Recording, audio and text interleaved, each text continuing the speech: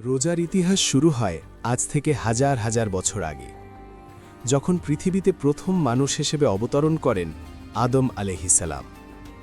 ভুল করেছিলেন তিনি, ভুলের জন্য অনুতপ্ত হয়েছিলেন, আর সেই অনুতাপের ভেতরেই ছিল আত্মসংযমের শিক্ষা। বিভিন্ন বর্ণনায় পাওয়া যায় তিনি নির্দিষ্ট কিছুদিন উপবাস পালন করতেন। এটি ছিল আত্মাকে নিয়ন্ত্রণে আনার প্রথম অনুশীলন। সেখান থেকেই শুরু মানুষের ভেতরের ক্ষুধার বিরুদ্ধে এক নীরব লড়াই। সময়ের সাথে সাথে পৃথিবীতে আরও নবী এলেন।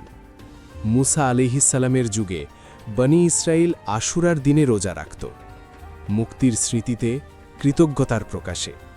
অর্থাৎ রোজা নতুন কিছু ছিল না, এটি ছিল আল্লাহর পক্ষ থেকে মানুষের জন্য এক পুরনো শিক্ষা।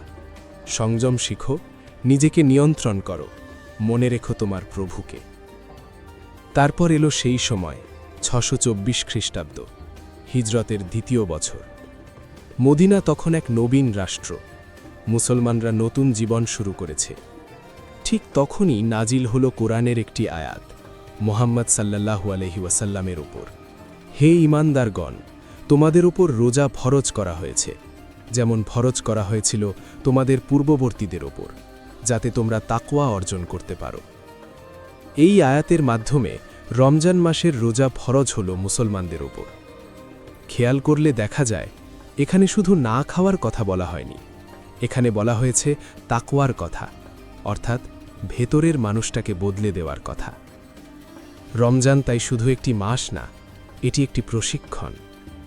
ক্ষুধা যখন লাগে তখন মানুষ বুঝতে পারে সে দুর্বল, তৃষ্ণা যখন পায় তখন বোঝে সে নির্ভরশীল। এই উপলব্ধি রোজার আসল শিক্ষা। একদিন এক সাহাবী জানতে চেয়েছিলেন, ইয়া রাসূলাল্লাহ, রোজা আমাদের জন্য কি? তিনি বলেছিলেন, রোজা ঢাল। ঢাল মানে সুরক্ষা, পাপ থেকে, অহংকার থেকে, সীমা লঙ্ঘন থেকে।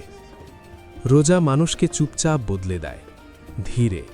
কেউ টের পায় না, কিন্তু মানুষ নিজে টের পায়।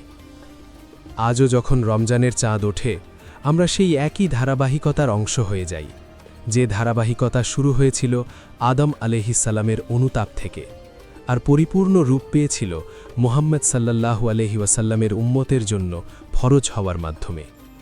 রোজা আসলে ইতিহাস নয় শুধু, এটি মানুষ হবার এক অনুশীলন।